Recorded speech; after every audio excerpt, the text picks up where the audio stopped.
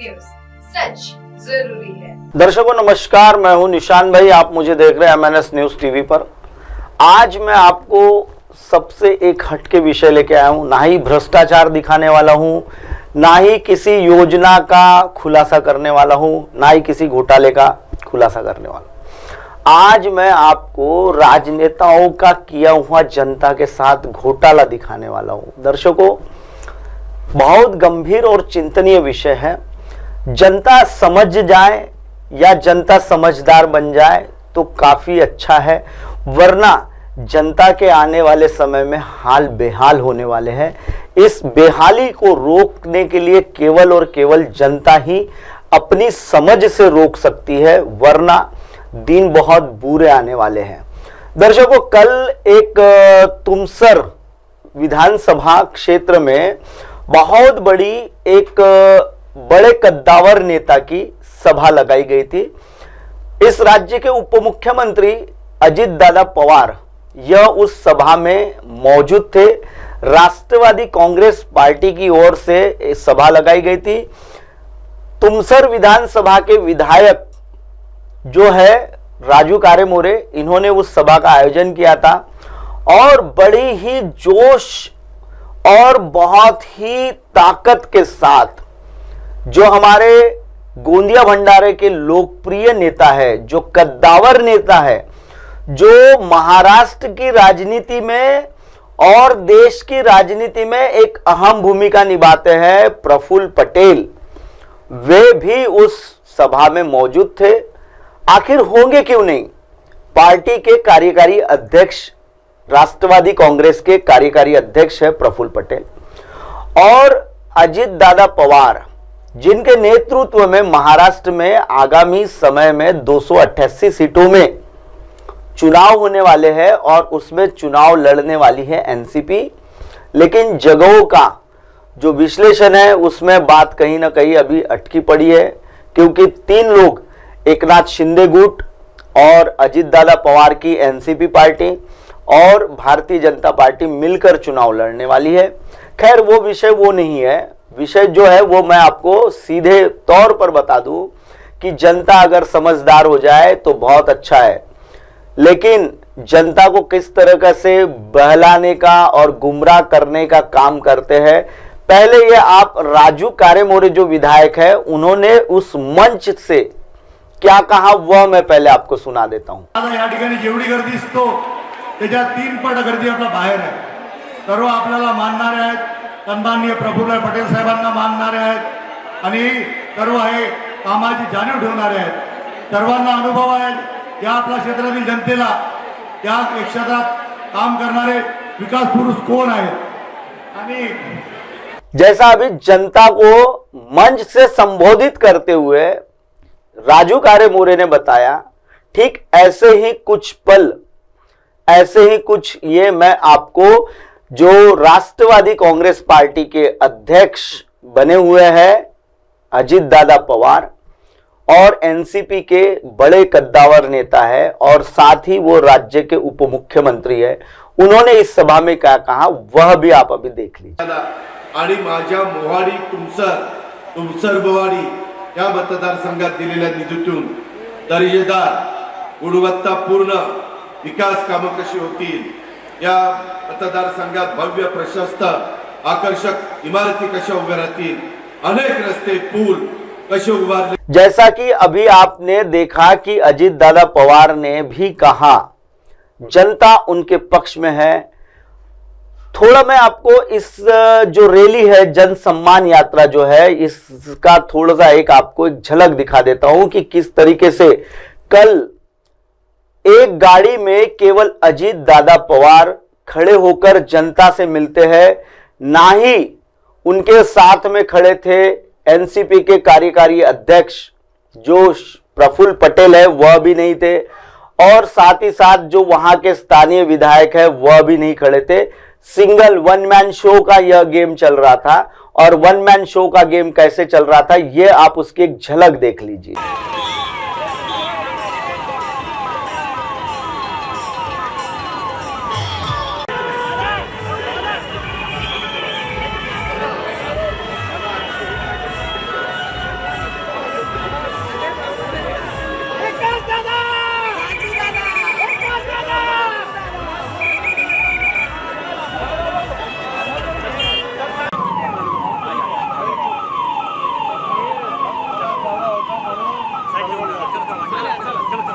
ये one man show का जो गेम था, ये गेम क्या था ये हमें भी नहीं पता चला, लेकिन कल अधिकतर चैनल जो थे वो लाइव भी थे, हमारे भी, आपने कल लाइव सीधा प्रसारण देखा है वहां का। लेकिन आपने जो सीधा प्रसारण देखा है या जो मीडिया ने आपको दिखाया है या हमने आपको दिखाया है वही आपने देखा है। लेकिन इस सभा की इनसाइड स्टोरी मैं पहले आपको बताने से पहले बता दूं कि उस सभा में मंच से संबोधित कर रहे थे हमारे प्रफुल्ल पटेल, जो कि गोंदिया भंडारा के विकास पुरुष कहलाते हैं। और प्रफुल्ल पटेल ऐसी एक शख्सियत है, ऐसी एक मिसाल है कि वह राज्य की राजनीति में शरद चंद्र पवार जैसा ही नेतृत्व रखते हैं और केंद्र की भी सत्ता में उनकी काफी पैठ बनी हुई है।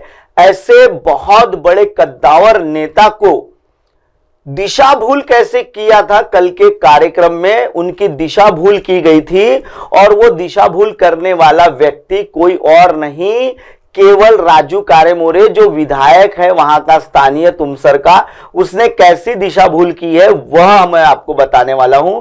पहले तो इन्होंने प्रफुल्ल पटेल साहब ने क्या कहा था उस रैली में, वो आप देख लीजिए।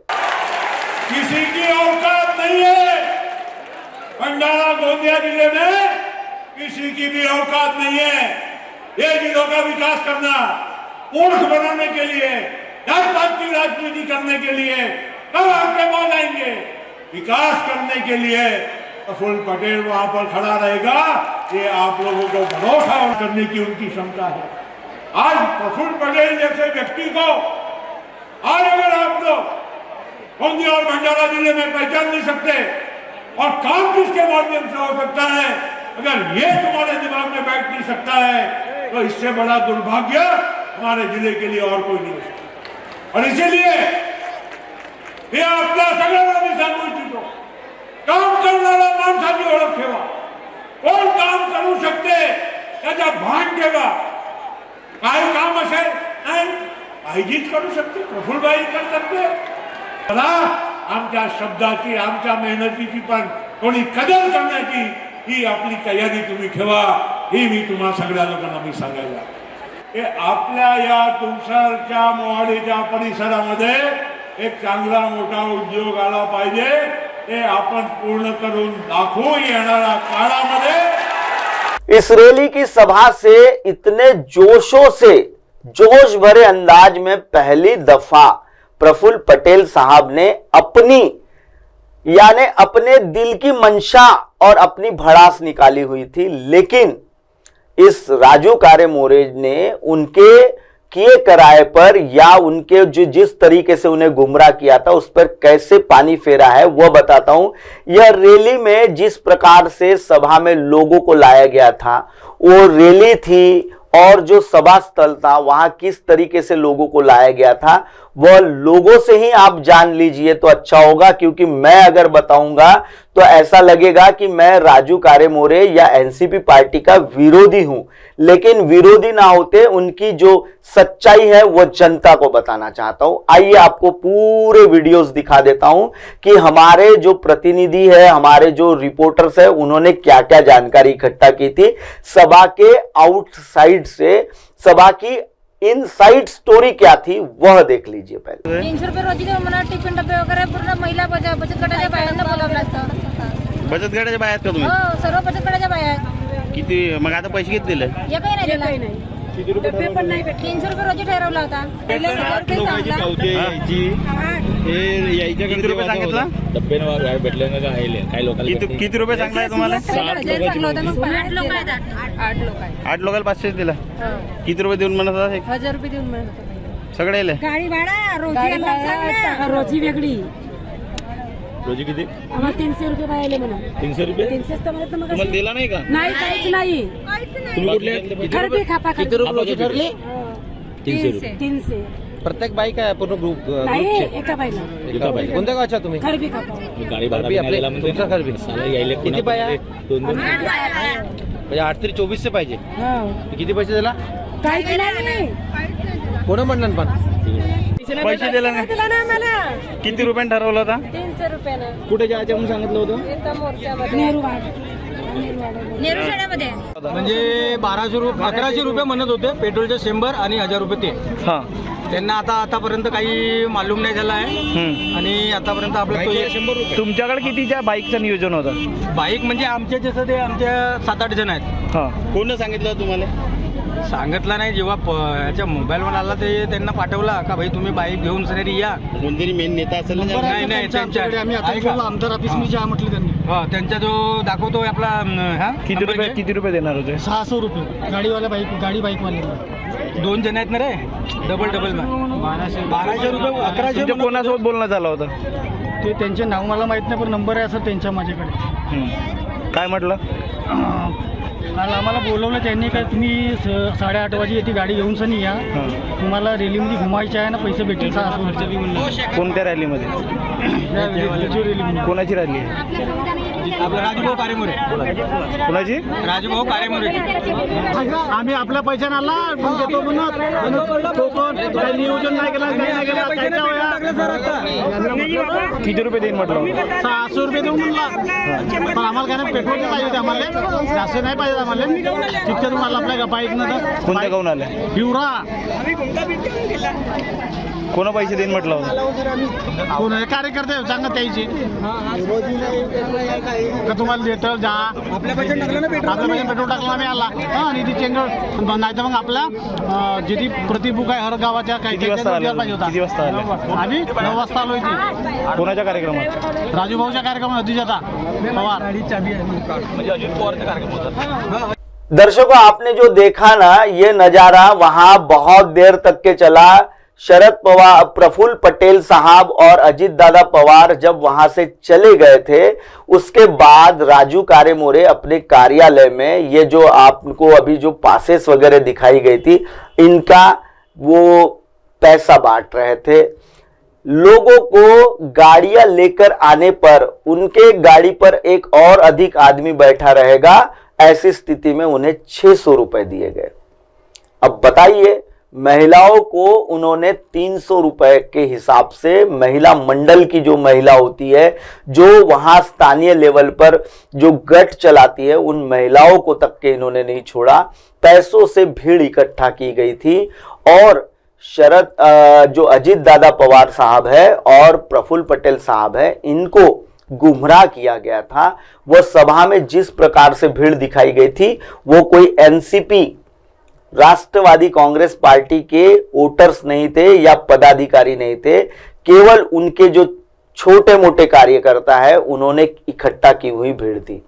दर्शकों, बने रहिएगा एमएनएस न्यूज पर। फिलहाल वक्त हो चला है एक ब्रेक का। ब्रेक से लौटने के बाद देखिएगा एनसीपी के और एक छोटे से नेता की मैं एक आपको इनसाइड स्टोरी बताऊंगा। बने रहिए एमएनएस न्यूज पर। क्या शराब और अन्य मादक पदार्थ आपकी जिंदगी को प्रभावित कर रहे हैं? क्या आपके परिवार की सुख शांति भंग हो रही है? चिंता की कोई बात नहीं। नवदृष्टि व्यसन मुक्ति केंद्र आपकी मदद के लिए यहाँ है। हम नागपुर के सबसे अनुभवी व्यसन मुक्ति केंद्र में शराबियों की मदद कर रहे हैं, जिनकी शराब की लत अब समाप्त हो चुकी है। हम हर संभव सहायता प्रदान करते हैं ताकि आप नशे की लत से मुक्ति पा सकें।